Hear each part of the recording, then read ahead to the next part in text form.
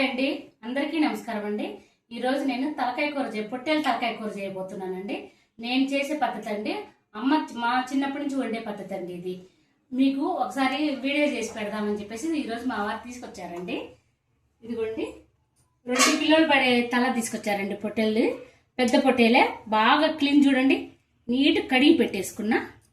బాగా 5-6 సార్లు కడిగానండి. కడిగి ఇట్లా వడపుట్టకేసి పెట్టానండి. తర్వాత దానికి కావాల్సిన మసాలా 2 కిలోలకి 2 ఉల్లిపాయలు తీసుకున్నానండి. మసాలా అండి, వెల్లుల్లి 2 గడ్డలు తీసుకున్నానండి. అల్లము 2 ఇంచులు ఉండమైన తీసుకున్నానండి. ఎండు కొబ్బరి, ఇవి వచ్చి జాజికాయ అండి. జాజికాయ ఎందుకంటే కొంచెం తొందరగా ఉడికిద్ది, టేస్టీగా ఉంటుందండి. కొంచెం తలకాయ కూర లేట్గా ఉడికిద్దండి, దానికోసం ఇది జాజికాయ తీసుకున్నా. లవంగాలు 5-6 లవంగాలు, యాలుక్కాయ, చెక్క, ధనియాలు, ఇవి మొత్తం పచ్చివే మిక్సీ పట్టుకుంటామండి. ఇవి పచ్చి మిక్సీ పట్టేసుకుందాం. ఎందుకంటే గిన్నె పెట్టేసి ఆయిల్ వేసేసాను. ఇది వేగేలోపు మనం మసాలా వేసుకుందామండి. మసాలా మిక్సీ వేసేసుకుందాం ఇది వేగేలోపు. ఇలా పొడి చేసి పెట్టుకున్న తర్వాత పొడి మసాలా అండి, ఇది మళ్ళీ నూనెలో వేగిచ్చి అల్లము, చిన్నుల్లిపాయలండి. కొంచెం చిన్నుల్లిపాయలు ఎక్కువ ఉండేటట్టు చూసుకుంటే మనకి హెల్త్కి కూడా చాలా మంచిది కదండి. నేను చిన్నుల్లిపాయలు ప్రతి దాంట్లో కొంచెం ఎక్కువ ఉండేటట్టు చూసుకుంటానండి.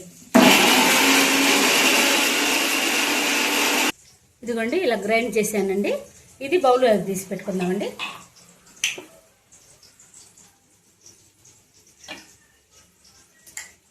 ఇది పచ్చి మసాలా నూనెలో వేగేసే కల్లా మంచి టేస్ట్ వచ్చిద్దండి. మనము జాజికాయ వేసాం కదండి, జాజికాయ మటన్ లేక వేసుకోవచ్చండి. జాజికాయ మటన్ చాలా మంది ఉడకదు అని అంటారండి.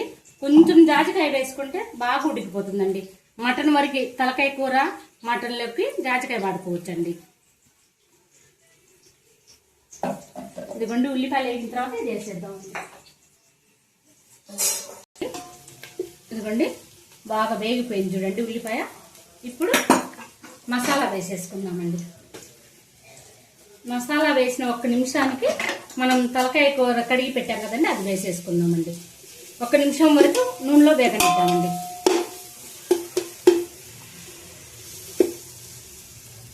ఇదిగోండి మసాలా చూడండి అడుగంటుతుంది, అంటే వేగిపోయిందండి. ఆయిల్ కూడా చాలా తక్కువ వేసాను చూడండి. నేను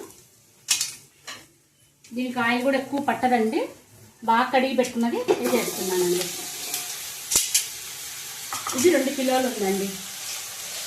ఇదే ప్రాసెస్ కుక్కర్లో కూడా వేసుకోవచ్చు అండి. ఇదిగోండి ఉప్పు, రుచికి తగ్గట్టు ఉప్పు,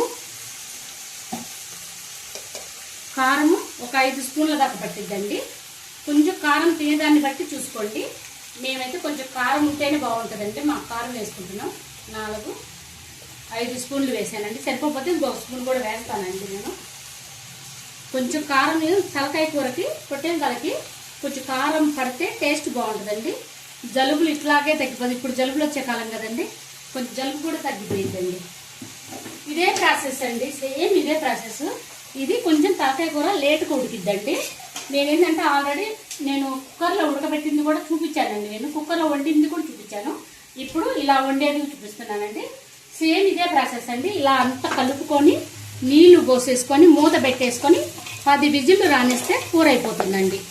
ఇది కొంచెం లేట్ అవుతుంది అని అనుకుంటే మాత్రం అలా చేసుకోవచ్చండి. నేను ఆల్రెడీ చేసి పెట్టున్నానండి, చూడండి మీరు. తలకాయ కూర కుక్కర్లో వండేది కూడా ప్రాసెస్ పెట్టానండి. ఇలా అంతా కలుపుకొని నూనెతో మగ్గనిద్దామండి. బాగా నూనెతో మగ్గిపోయిన తర్వాత మళ్ళీ ఆముదం వేసేది చూపిస్తానండి. కొంచెం నూనెతో బాగా మసాలా అంతా పట్టుకొనిద్దామండి.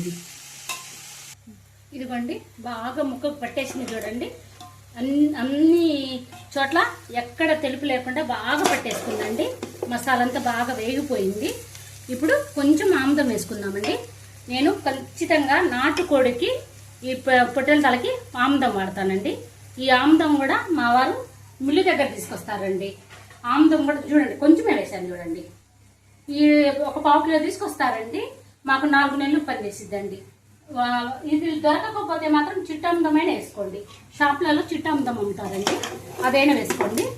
ఇదిగోండి ఇది ఏమి వేగనక్కర్లేదండి. ఆముదము ఇంతే ఇట్లా వేసేసుకుంటే మనకు నీసు వాసన రాదండి. ఆముదం వేయడం వల్ల తల నీసు వాసన రాదు. నీళ్ళు పోస్తున్నానండి. చాలా మంది చింతపండు పులుసు పోసి చేస్తారండి తెలంగాణ వాళ్ళు. మా రాయలసీమ వాళ్ళైతే చింతపండు పోయారండి. చింతపండు పులుసు లేకుండా ఒక్కసారి చింతపండు పులుసుతో పోసుకొని వండుకొని తిన్న వాళ్ళైతే కనుక ఒక్కసారి నేను చేసిన పద్ధతిలో చూసి చేయండి. ఒకసారి మీకే టేస్ట్ తెలుస్తుంది. దీని టేస్ట్ చాలా బాగుంటుందండి. ఇది టైం పట్టిద్ది కాబట్టి అండి 3/4 గంట పైన పట్టిద్దండి. 1 గంట 3/4 గంట లోపు ఉడికిద్దండి. దానికి సరిపడా నీళ్ళు పోసేసుకొని పెట్టుకున్నామంటే ఇంకా కొంచెం నీళ్ళు పడతాయండి. పోస్తాను నేను. ముక్క ఫుల్గా మునిగిపోయి ఇక్కడ దాకా నీళ్లు రావాలండి. అక్కడ దాకా నీళ్ళు పోసేసి మూత పెట్టేస్తానండి.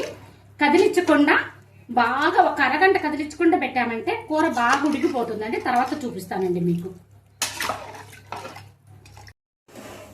ఇదిగోండి 1 అరగంట తర్వాత చూపిస్తున్నానండి మీకు. కూర కూడా చిక్కపడుతుందండి. టైం అయితే పట్టిద్దండి. ఎముకలోంటి సారం అంతా దిగాలండి. మనం ఇలా వండుకోవడం వల్ల ఆ ఎముకలో ఉన్న సారం మొత్తం దిగుతుందండి. దీని టేస్ట్ వేరండి. కుక్కర్లో పెట్టిన టేస్ట్ వేరండి. ఇది కుక్కర్లో వండినది కూడా నేను లింకు మా షార్ట్ వీడియోలో ఉంది చూడండి. షార్ట్ వీడియోలో పెట్టాను. అది కూడా ట్రై చేయండి. ఇలా ఎప్పుడన్నా ఒక్కసారి ఇలా వండామంటే మనం ఎముకలో వండి సారం మొత్తం దిగొస్తుందండి బాగా ఇలా వండడం వల్ల. ఇదిగోండి ఇప్పుడు మనం ఉప్పు కారాలు చూసుకుందామండి వేసుకోవడానికి.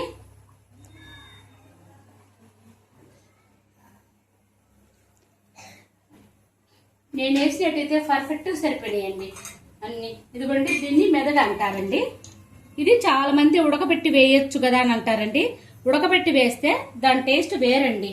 ఉడకబెట్టి వేస్తే పులుసు దీనికి ఉప్పు కారాలు పట్టుకోవండి. మనం ఇలా కడిగి బాగా 4-5 సార్లు కడిగి దీని బ్రెయిన్ ఇలా వేసేసుకున్నామంటే ఈ అరగంట ఇంకొక 20 నిమిషాలు పట్టిద్దండి. కూర అంతా ఉడికేలోపు ఇంకొక 20 నిమిషాలు పట్టిద్ది. ఈలోపు పులుసు అంతా దానికి పట్టేసిద్దండి. దీంట్లో మనం వేయాల్సినవి ఏమీ లేవండి. ఫస్ట్ లోనే నూనెలోనే వేసేసామండి అన్ని.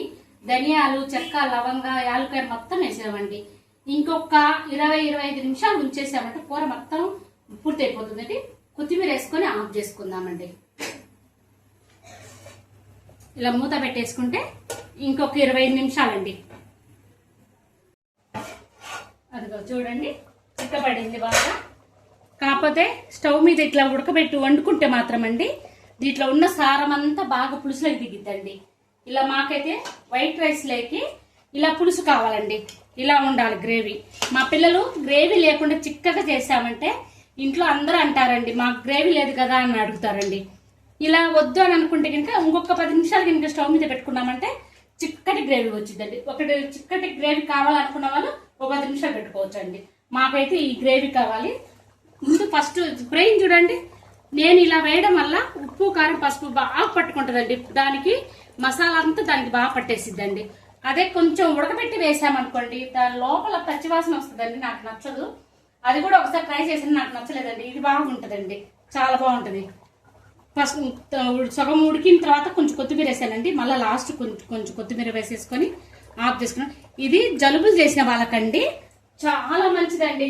జలుబులు, దగ్గులు ఉన్న వాళ్ళకి మా పిల్లలు అయితే గిన్నెలలో వేసి సూప్ ఇస్తే తాగుతారండి. బాగా కూర్చుని వేడివేడిగా తాగుతుంటే ఈ గొంతు కాడ ఉన్నంత కఫం అంతా బాగా వదులుతుందండి. అది ఇట్టే తగ్గిపోయిద్దండి. ఇది ఒక మెడిసిన్ లాగేనండి. జలుబు చేసినప్పుడు భలే పని చేసిద్దండి. ఎందుకంటే మా అమ్మ మా చిన్నప్పటి నుంచి చేసి పెట్టేదండి. జలుబులు చేస్తే తక్కువ తలకాయ కూర వండిద్దండి. ఈ తలకాయ కూర వండి పులుసు పోసి ఇస్తుందండి గిన్నెలలో. అవి తాగు వేడివేడిగా బాగుంటుందని చెప్పేసి. ఇదిగోండి స్టవ్ ఆఫ్ చేస్తున్నా. ఈ గ్రేవీ అయితే మా ఇంట్లో ఇష్టపడతారండి వైట్ రైస్ లోకి.